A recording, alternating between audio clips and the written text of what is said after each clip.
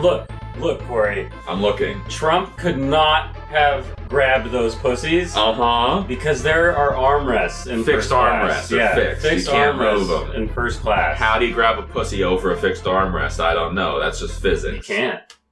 You know what? Buy me a first class ticket and I'll try. You got fucking mad money. Buy your own ticket. Yeah, but fuck you. Like when I'm going on a business trip, the company pays for it, and if I buy a first class ticket, they're gonna be like, "What are you doing buying expensive tickets?" So I have to do it on a personal trip, but then have to spend PTO to go on a vacation. So that's what would have to happen. Yeah. Ugh. Oh boy, you don't hold it anymore after. I think. I don't remember if maybe you can press it again to reset it. You can, but okay. I wanted it to be like right then. What a baby. What a wet baby. I got a wet ball sack for you. Oh yeah? No, I didn't pee on it. Not this time? No, my dick's just barely big enough. I don't just pee on my ball sack. Yep, that problem? I'm just considering that someone might actually have that problem. And I'm like, man, that must be rough. Oh, that the dick's small enough that they just pee on their balls every time. If anyone out there has a dick small enough or balls big enough, let us know. Let us know. Like, comment, subscribe. Like, comment, subscribe if every time you go pee that you get pee on your balls. Yeah. We want to know. Earlier we were Googling what would happen if you nuked the moon, and we learned that in the fucking 50s, America had a plan to do it. They were like, we gotta figure out what happens. Yeah, Carl Sagan was part of that plan. Well, he was part of the people who were trying to figure out what would happen. He was not necessarily on the team doing it. Yeah. But he was like part of the investigators taking it in and being like, well, what would happen if we did it? And like right off the bat, I was like, oh, okay, well the moon's pretty big, so we're probably not gonna break it. Oh, that pauses them. Okay. But I was like, oh, what would happen with the radiation? Would we irradiate part of the moon? Or is it like, would you kick up all the dust so much that like all the radioactive stuff you touched wouldn't even be in a concentrated place? And what the internet reminded me is that the moon doesn't have like a fucking magnetosphere. It doesn't have that part of the fucking atmosphere with the fucking Van Allen belts or whatever. So it's already radioactive. And so honestly, like the nuke probably wouldn't even do that much. And you made the point, like it already got hit by a shitload of asteroids. It's already been through some shit. Yeah. Gotta follow those bananas. I know. Damn it! I was just off! I knew it. That's dick. It's almost like you have to jump from lower on the pole so your arc goes down. I got lower on the pole for you. Hey, there's no spiders, alright? No spiders after this. Yeah. Yeah. I know. Well, destroy them all! I don't think I... Oh, okay.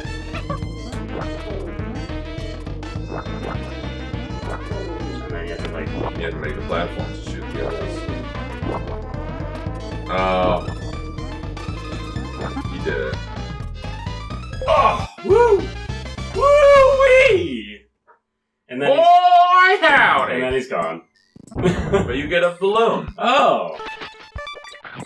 Alright. And then you can go over here and you can try not to die doing all this again. Because this was fun the first time, it should be fun the second time, right? Yeah, crocodile, alligator. Are they all the same I think thing? they're all alligators. Because I'm pretty sure with alligators, like, the nose part of it is a little bigger than the rest of it. That's what it looks like on them. I mean, a crocodile is just one big, like, U shape.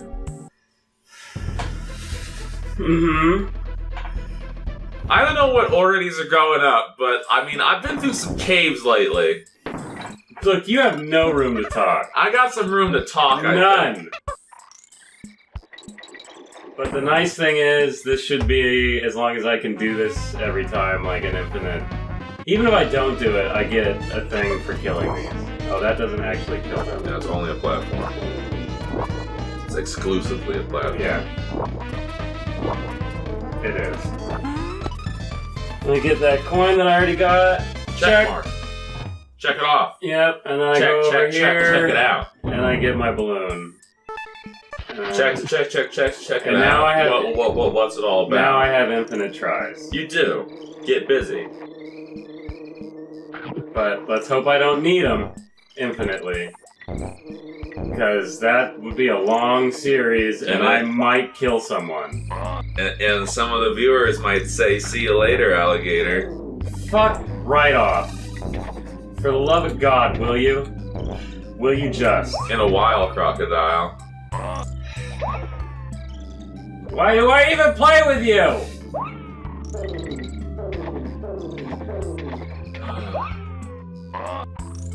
Okay, here we go. Yep. Oh, and this one's different color. Yep. Okay, alright. You just gotta fucking live life to live moss.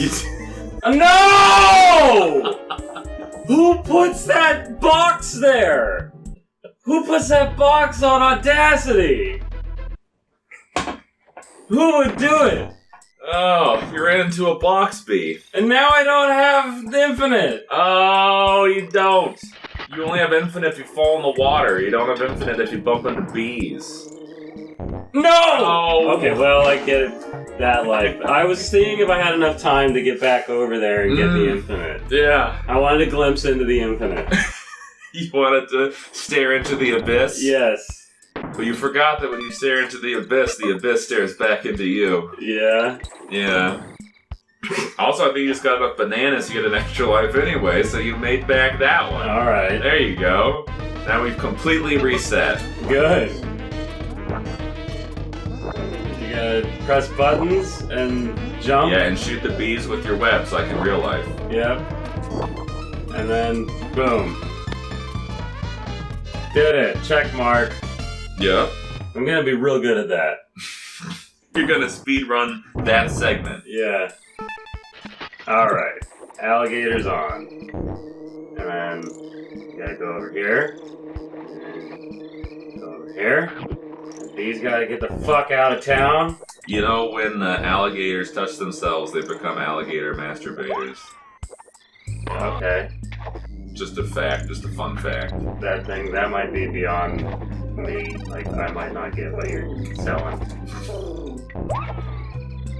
I might not be following your spiel. Mm-hmm. Spiel is German for fun or game. Oh. Or play. I guess it's not really fun, it's to play. Spielen Sie gern. Yeah. Yeah. Oh, dick! Oh, you touched his nose. I saw his nose move. This game's a baby game for babies. You know what? You found all the secrets in this level. Did I? Well, except, I mean, I think you still need the giant coin somewhere, but yeah, there was an exclamation point after the name, which means you found all the... I think this is probably the only secret then, I guess. Could be, because it's fucking bullshit. Fucking bullshit. It's the Bolshevik Revolution. No.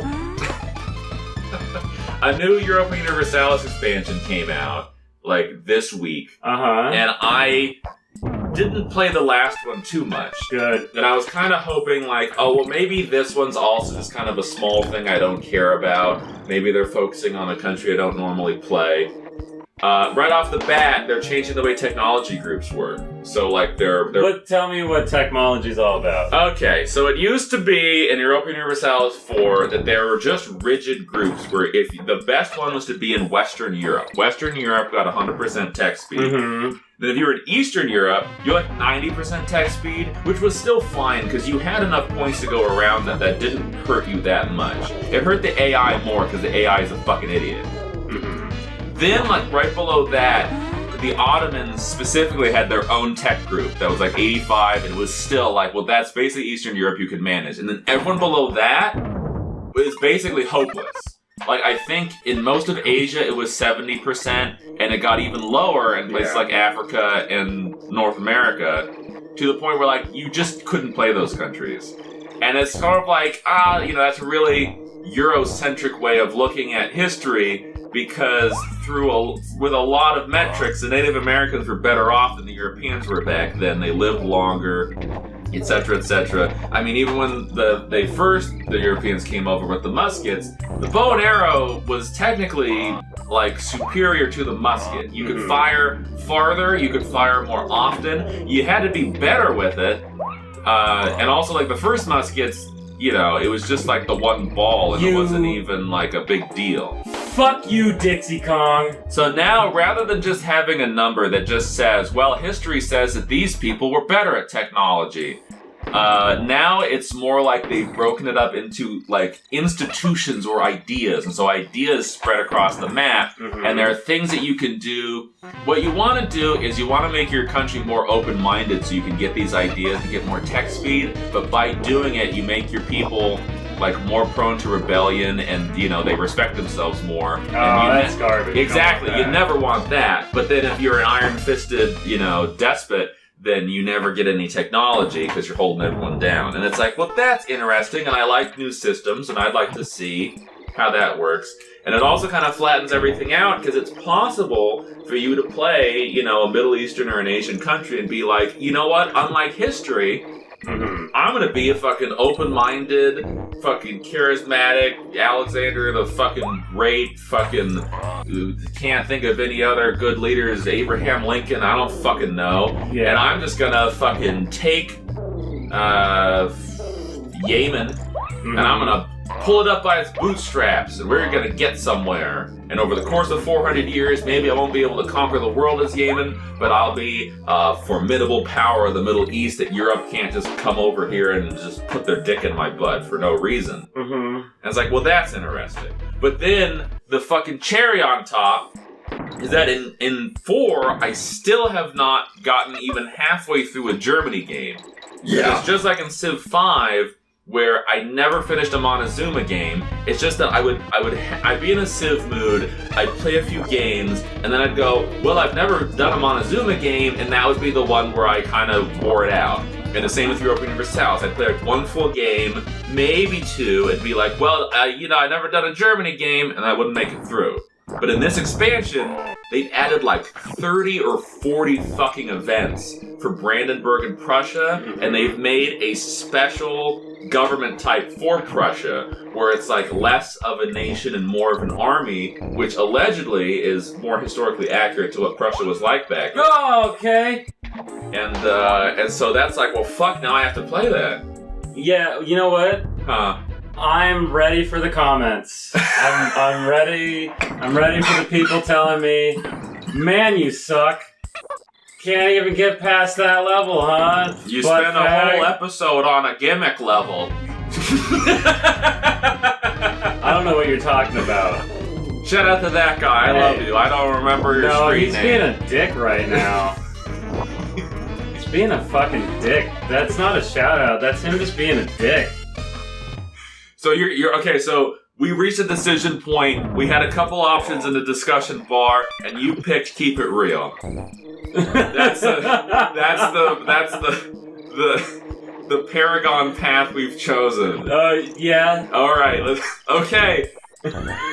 From now on, you just set us on that path. No, I'm keeping it real. Oh, so you could keep it real, but I could be the diplomatic one. You can pick whatever path you want. Oh, that's interesting. That's kind of like... This is like life. No, fuck life, no. More importantly, it's like Divinity Original Sin. Where you have the 2 party members, you have 2 protagonists, and you get each, you know, kind of go back and forth in the conversation so they can be 2 different people. Yeah. And that's... I have not played it enough to know, like, ultimately how that goes, but I know that because you'll get the other NPCs in your party, and I think if they dislike either of you too badly, they leave.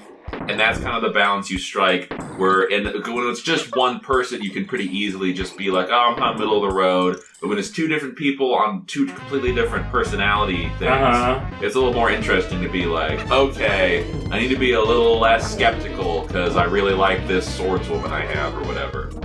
I think I played through like the intro of that game on your game computer, didn't I? Yes. It seemed alright. It seemed like something I would pay money for. And so you saw a lot of the combat system, and you like when you get to the first town, that's when you really just get bombarded with a lot of the conversation options.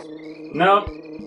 The problem with that game, I never really... Because in the first town, there's a fucking, like, mystery puzzle you have to solve. And it's the kind of shit where there's not an obvious way to say, well, I don't have any of the skills that makes this easy, so where is my, like, adequate bad ending?